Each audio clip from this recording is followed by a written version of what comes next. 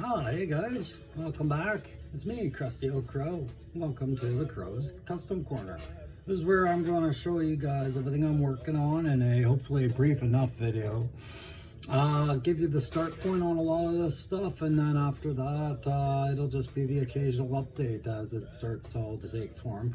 And those updates will probably be in either a halfway to completion form or in shorts. But yeah, I wanted to just quickly throw out a video there. It's been a little while, feeling a little out of practice, a little disconnected from what I was doing before Christmas, but got a little organized, and I've been working on a lot of stuff, especially these last few days.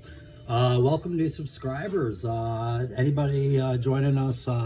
We just caught 10 more, and we're going to be doing our first giveaway, which is my G.I. Joe number 97 here, this Cobra officer. We're going to give that away. I got a contest set aside for when we hit 200 subscribers, and I'll be giving that figure away as a thank you for that to some lucky subscriber who joins us. And with that, so a quick thank you to all you guys out there doing that, and like those of you following the Bull and the Crimson Guard conversion that I'm doing, thanks very much for your support on that. But those of you who kind of cheered me along when I brought back my Hovercraft project, I really appreciate that incentive. So this is what we're going to be talking about today, guys. We're going to talk about my little to-do list, of which I've got 4 key things, but there's more, and you'll see them in there. And there's some progress going on. So I'm going to talk about the Hovercraft. I'm going to talk about my new Cobra Diorama, because my Viper Island one is stuck in the garage, so I have to build a new one. I'm running out of display space, as you've seen in other videos, for a lot of my Joes, so I need to have a new display space. I'm going to talk about a new Joe vehicle, not new Joe vehicles I'm building, but for my Red Devil company, my Joe conversions, my Canadian Joes, I'm building vehicles for them. I've got one set aside I'm going to show you today. And then I've got my really cool one that I'm excited about for Cobra that I just really can't wait to get to, but it's gotta hold off a little bit, and then I'll go over bullshit and the Crimson Guard shit at the end. But before that, guys, you know me, I gotta have my little slideshow there. So Carl was really excited, and was happy to read the comments. I missed you guys a lot, and I really missed making videos. And you know, selfishly, when you guys tell me that you missed seeing me out there, that felt good. Thanks very much for that. But like we said, I'm still waiting on some new Joes and some new Cobras.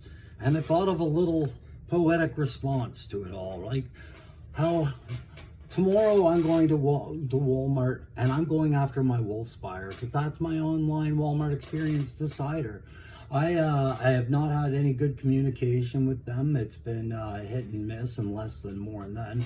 And if I don't get it from them, then my Dark Force journey, or my Night Force journey, is complete, and my Joe collection won't be able to compete. No. But I am also very much looking forward to my main Hondo Recon coming out on that retro line. How this guys were related to Falcone is just a fluke, but I'm also waiting on my Duke to free up that Tiger Force variant that I have. And then what is she? The thrice forged Scarlet Harlot. There you go. We're gonna get the final fourth. The fourth will be with us soon, and with some assistance from Grunt, she looks like she's going to be a much better figure, and I'm looking forward to that. But really, based off my projection being correct when I thought I was going to get Mutton Junkyard, and I did, this was what I was learning to expect. Was the metalhead for the Iron Grenadiers. It just seems like army building is going to take me years and years, because like I said before, you know, the options are becoming abundant, and these conversions are so much fun. I could get redundant. But guess who contacted me just before I started doing this video? It's a group of guys that we all seem to know. It's Viper Island, Liam and Dex. They wanted to put my eyes on something coming next, because they told me that the pre-orders might be in on the our 60th anniversary soldier for the win, because you know that my conversion rabbit hole is going to revolve around this man. I can't wait to get him in my hand. But they also said that this one Maybe a hit and miss, as in if you don't get it, it's going to turn out like an eel. Apparently this guy is going to be quite the steal. If you grab him, do so most quick without haste, because apparently in the US they're disappearing all over the place. So, all right, guys, just a reminder that 200 contest, and we will give away that figure. So let's get into the first actual slideshow. Thanks for humoring me on that little intro. I'm going to stop rhyming now, that's for sure. If this is a disease, I hope there's a cure. Fuck. I should have stopped. All right, so which one did I say I was going to talk about first? I'm going to talk about Project Brimstone, number 1 on my list right here. It's and when I say it's a project, it's just that that's the working title till I actually decide this thing. So here we have, you guys remember with the Hovercraft that what I was working with was basically I wasn't happy with these fins at the back, and I had taken a severe beating as far as hull damage goes with the mouse in my garage. But it all started by having a place at the beginning of this collection for me to display my Joes, and my favorite toy from my original 82 and online was my killer whale. So seeing guys like Aaron, the toy enhancer, do a restoration on a whale was coincidentally enough to make me just kind of go, you need to get back to that. It kind of sat in the garage, it took some damage, you got discouraged, it's time to go back. And I started really mulling it over Christmas for sure, as well as my idea that I was going to do a cutter for it. And I had this figure set aside for it, so we're gonna have a closer look. And I wanted to incorporate some of the details, but not all of the details from the original killer whale design. I had a look at some modern military hovercrafts and what they were being used for, what their general designs were, what was too big, what was too small, and I landed in between, but I wasn't happy with that crew compartment that I had made for it.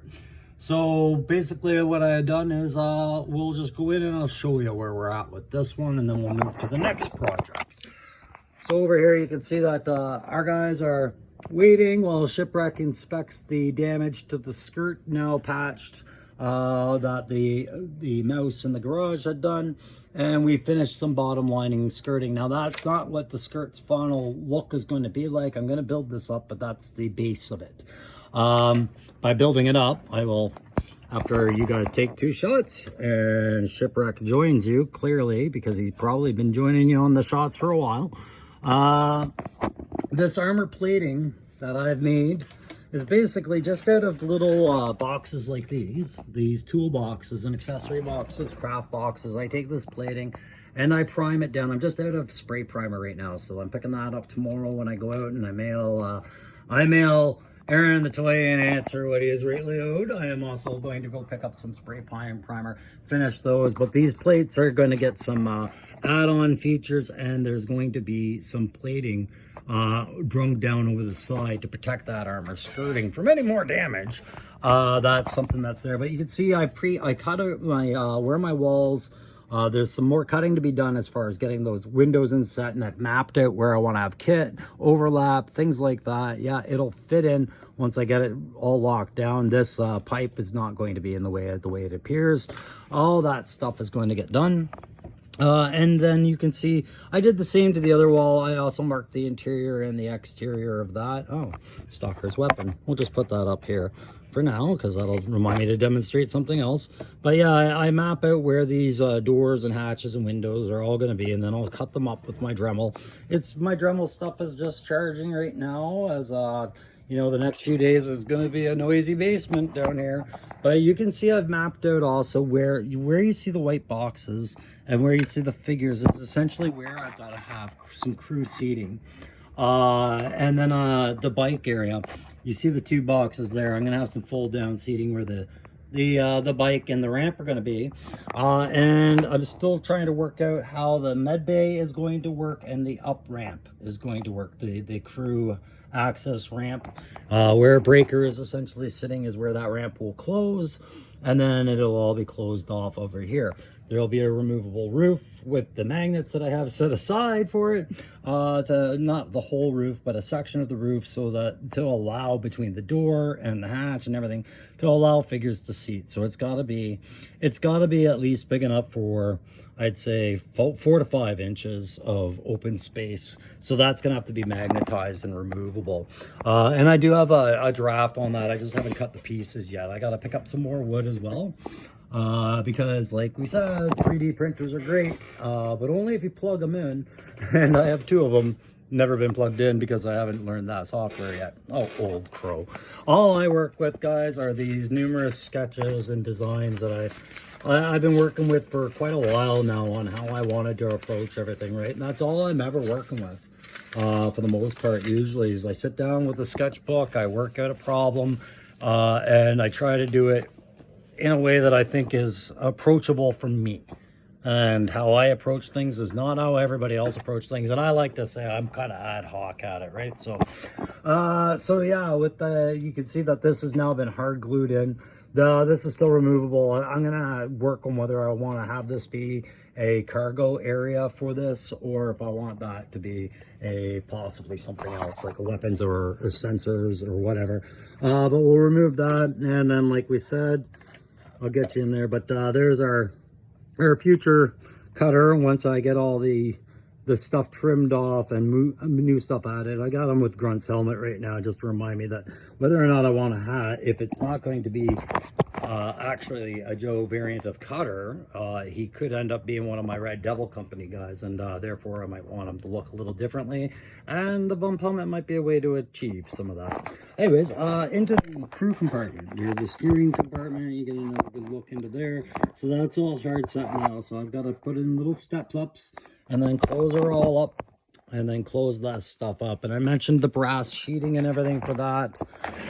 Still working out the cuts for that, but just a lot of math, rulers, angles, and folding. And really, you'll see an example of it, of what I've been doing with the brass sheeting with Bull.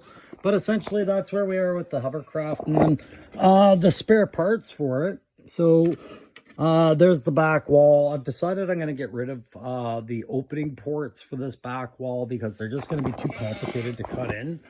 So the jump seats won't be necessary. I can use that for more storage. But the sidewall, that hatch is going to actually be this little fancy riggins. And if we recognize where we see these are the top of my hand wipes dispensers. But they're perfect for just a tight crew hatch on the side of the vehicle. That's going on there. And I've got other smaller ones for other things, but I just thought those were neat little hacks for doors. If you don't want to fuck around with doors too much and you like having a little hatch, we'll see how it works out. Making no guarantees there. But you can see I've got a bunch of other bits specific to what's going to go on this thing, and as far as armaments and sensors and everything like that. So that's Brimstone, the working title for that right now, Brimstone. Don't ask me what it'll be tomorrow. The Cobra diorama, I'm going to bring you over here. Oh, what's that? Oh, who did that? Like, share, subscribe. That's so thoughtful, whoever did that for me. Thank you, Crow. Oh, wait, it was me, yeah. All right, guys, this is basically a large shelf display that I've been building for a Hot Wheels display at some point. It was going to be, and I had it 2 parts. There was going to be a bottom storage area, then there was going to be the display, and then there was going to be some gateway doors on the outside that I was going to work with there. I've scrapped that idea, just like I've scrapped collecting Hot Wheels. And I'll show you what we're going to go with on this one. I just got to call up the right slideshow. But for that one, we're going to go with something a little different. We're going to go with a Mars Industries kind of lobby. Oh, that light's in my way. Sorry, I'm shooting over my shoulder while I look up for pictures right now. But yeah, it's going to be a Mars Industry Cobra fancy lobby kind of area with a closed off missile silo off to the side. I'm just going to get that one up. Destro diorama. There we go. So let's do it this way, guys. So yeah, I wanted to have a new Cobra display because my Crimson Army is looking pretty cramped up there right now. And I also have more Cobras sitting on that shelf. And if I'm going to do any more conversions and whatnot, I need space. I need space to display this stuff. So that's going to be all just display space. You can see I've got my one Arctic mat sitting up there just to remind me, you know, it's going to have multiple levels within it, balconies and some other stuff. Here's kind of the concepts we were looking for. So I remember the old cardboard cutout from the original set, and I thought, that's kind of neat. They were launching something. Yeah, the Terradome, God, I wish I could do that. But Aaron, you did this, and it just looked too glorious. I wouldn't even attempt it right now myself, just because what Aaron the Toy Enhancer has sitting in the middle of his room is the best version of this I've seen on pretty much any channel. It's not going to show up in a shittier version on mine. But even the Cobra Silent Castle was tempting. I never really knew about it as a kid that much. I only seen it online, but apparently it was quite the thing. I could see the benefits of doing one, but that's not what I did. Nor did I do the Cobra Mountain headquarters, really. I remember back Cobra Island. We had the Cobra Island, like I said, my display for my Cobra Island, if you guys saw it, is sitting in my garage right now, but it was based off of having one of these other islands be a little outpost, right? So Cobra Island, despite how it appeared in the comics, was actually more of a large formation coming up from the water, lots of outcrops, lots of little places to position thing, and Cobra Island actually had a lot of superstructures on there. There was my rendition of it back when I thought I'd be able to get a flight pod and stick it in there. Still haven't gotten the flight pod, and since then I've made no effort to bring it into the house just because it's big and lunky, and I quite don't feel it. So my my lobby, I looked at a lot of modern design lobbies for a lot of industry, like businesses and whatnot, and I came up with the idea that I kind of want to have a light open glass feel to it as best as I can, as much open concept as I can, but making use of that back wall to have like walkways and whatnot from the upper levels. I don't know if I'm going to bother with the security gate per se. I'll assume that they've gotten past it at that point if they're on the damn island. But I wanted to have a high structure, you know, that high feel if you were standing up looking in. Kind of want to have that. So if you look, it's set up so that I could do a second tier to it if I wanted to make it even bigger. I don't think I'm going to do that. I think I'm just going to put a cake topper of a roof assembly on there. I kind of have a plan for it, but it was this kind of idea of the glass front evil building with all these really nice little amenities as best as I could get them. But it would have a helicopter landing pad, and there would be like this operations feel about it, as they have these a missile pointed towards the sky. And glass elevators. I wanted to have glass elevators in it.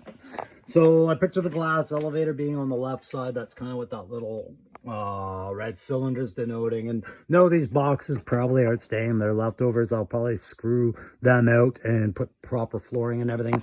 But they may be good for elevating levels. But these are just to denote where the secret missile kind of thing will be, that is going to get launched out of the Mars Industries facility. Then we'll have the little helicopter pad up on the roof. That's to let me know where that is.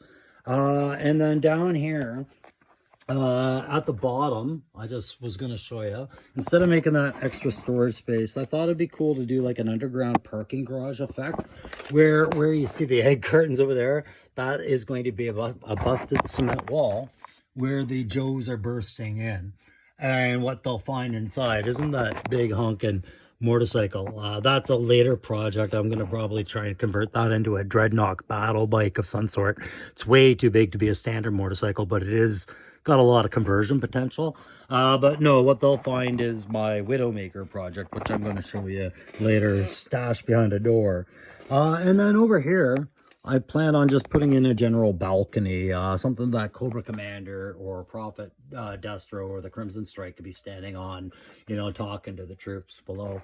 On the other side of this thing, I'm not going to turn it around. I haven't decided if I'm going to have a second display area, if I'm going to make it a an art piece or just massive Cobra logo. I'm trying to decide. I think I want it to be functional.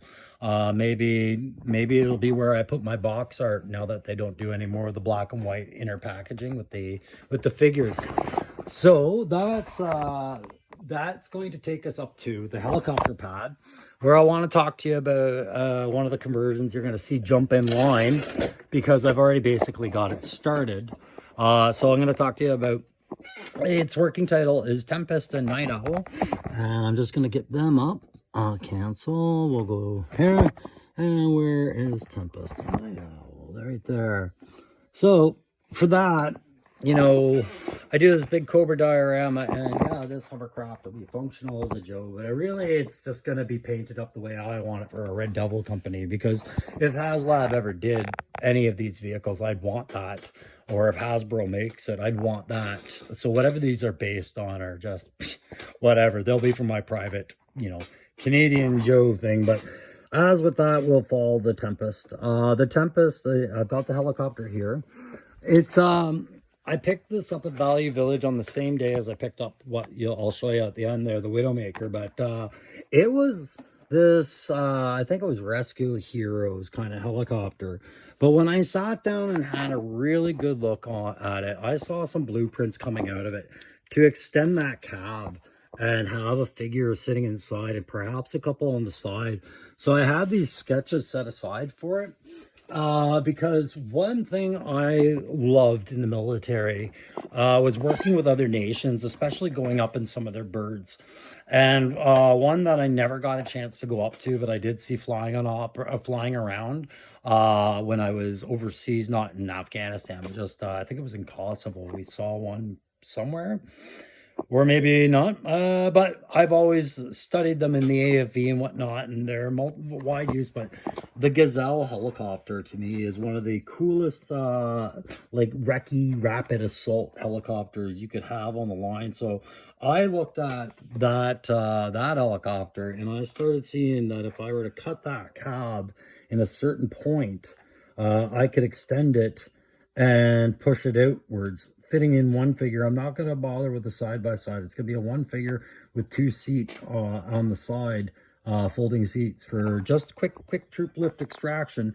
But it will have some rockets and nose weapons or whatever, magnetized weapons for sure. But if I cut it right about here, oops, right about there and right about there, sorry, I'll get my pointer, and I've already mapped it out in the diagram. I'm going to also put a piece to drop that down. I'll reposition the skids and extend that. And that'll be the Tempest. And then I'm not sure what kind of paint job it's going to get, but it'll be going for that figure right there. So that is a Yelena Belova Marvel Legends Black Widow I've been using the head just temporarily on my Steel Core Legion till I get those 3D parts that Loki Wartooth is.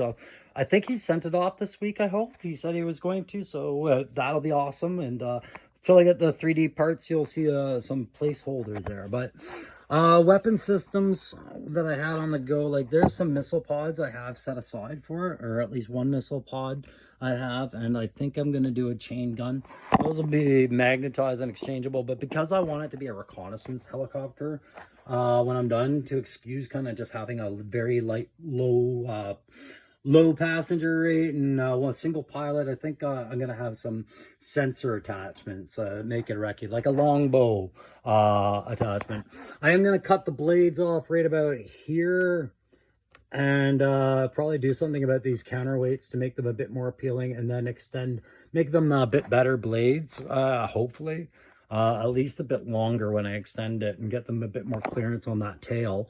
Because I think that tail is going to be obstructive if I don't do something about it. I may even have to lift the assembly a bit. But this is where we were going with this character. I'm going to be calling Night Owl, and that's going to be one of the RDCs, because she's one of the few that is so flexible because of a low kit supply and everything. She's so flexible and workable. She really works in that helicopter. It's Tigra's head from that Tigra figure I picked up a while ago there. It's her alternate head, so I didn't have to kill a figure to do it. It's Falcone's beret, because Falcone's head don't deserve it. And quite honestly, I'm actually thinking about picking up a shotgun Falcone just for the radio, the shotgun, the body for a conversion. I don't care about the head, all that stuff. Because I'm starting to see them on sale where I think they're going to get even cheaper. And it would be good. But one of the things I wanted to show you is that Uzi, which belongs to Desert Commando Snake Eyes, is actually something I've been addressing as a project unto itself. I'm just going to get to the tablet back. Where did I set that bloody thing? There it is. So with that, you can see there's her origin stories. I loosened her up. I forged the braid more to her head. It's a bit hard set. Like it doesn't look quite right on her, but it doesn't look quite wrong at most angles. I'm going to do up the custom RDC, Red Devil Company cap badge and I'm going to try and make that beret black. I just have to get the right paints. The Uzi, I have been cutting and converting a custom wooden stock for that. And working at sanding it down. When my son got a wooden assembled AK-47 Christmas, I grabbed all the excess sprues and some of the spare pieces he wasn't using, which I'm finding very handy to do some of this stuff with. So that's one thing she'll get, is that custom Uzi, and then that'll be her. So we got a couple of projects on the go. We got him, and then we've got, of course, we got her. Wherever I set her down just now. But after that, that leads us into, where are we now? We've got Tempest with Night Owl done. Widowmaker. This thing excited the hell out of me, guys. I showed you a glimpse of it on the other video. But this thing was like dirt cheap at Value Village. It's an automated crawler. Like the batteries have run dry on it good. But I see a lot of conversion and potential for a siege crawler for Cobra. I'm going to do this up in the blue with some of the red trim, I think. I see potential for Roadblock's Fortnite cannon to get turned into a shoulder-mounted railgun system of some sort. And I want to protect these, so I'm going to put a covering and I'm going to put a light effects to it. It's not going to be like professional lights like with the RC hobbies. I've never gotten into doing wiring or anything like that, although with this one I do have model railway lighting kit stuff set aside for it, so I can turn stuff on and off on this one. But with this one, it's not going to be that big of a deal. I'm just going to use this remote. And that light will be coming out, I think, off the nose, but that's essentially going to be its searchlight function. And then so we'll have that on her, and then I'm going to try and find a spot inside of it once I get it kind of opened up and I start figuring out where things are. I want to extend the back a little bit for some troop carry, and I think somewhere under there, I'm going to try and fit in that Bluetooth speaker. Probably not this one, probably a smaller one, just so it plays tunes, because why the fuck not, right? So conversion-wise, I'm going to turn this Viper into a siege commander for the Crimson Guard. I'll have my own siege sect, and they'll be dominantly gray and red. And this is going to be a siege crawler called the Widowmaker, but of course now I have a spot. I love this part. You know, you can look in there if you wanted to, or you could just open that right up, and as you can see, that coil Baroness figure works perfectly inside. There's so much space in there. A lot of figures work inside. This is the one I just have picked out for now because it's an extra. I can do a conversion, make this a proper siege driver, and then what I'm going to do is, you see all the space inside, that's going to be where I put in all these different gauges and different kind of stuff in there. Do some custom work in there. But I see a lot of potential in this thing. And to this date, like, it had weapons clearly at some point. They didn't have them there, but I've got some hard mounts I got to do. And then, like Aaron said, with his mechs, you know, like gears, and gears, buddy. Gears, tubes, pulleys, wires, tits, grits, whatever you can fit. That's all going in there. So that'll be, that's when I'm really excited to get on the go, guys. So that's what we're going to be working on over the next few months. But priority is going to be finish up Brimstone and we'll chip away at all of it as we go. But well, let's close it off by showing you. I think Bull's gonna be done in the next couple of days, and I should have the Crimson Guard Crimson Guard Immortal painted up, at least primed, and starting to get some of this done a lot faster by next week, I think.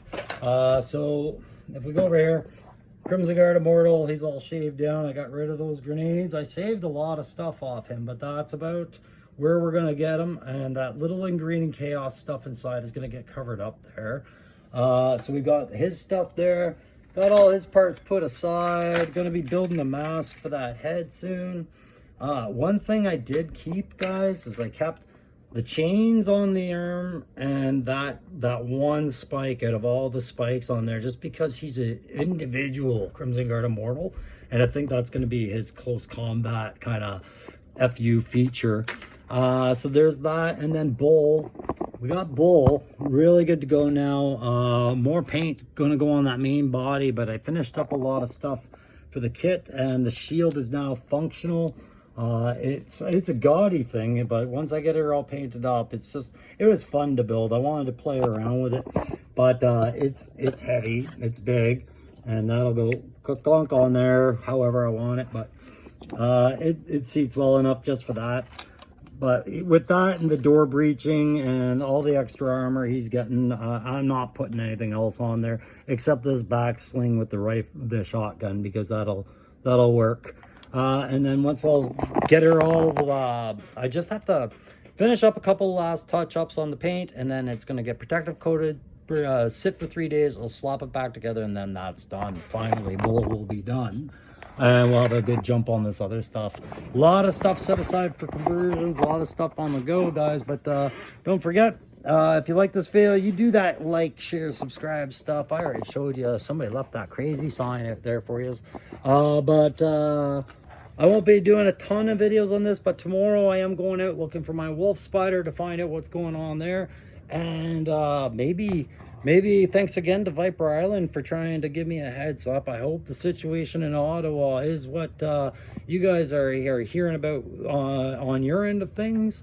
And maybe I've got a surprise waiting for me in my pre-orders, because I did pre-order the next couple of waves. So maybe something's coming in. But that's going to be it for now, guys. I will talk to you soon. Have a great time. Bye.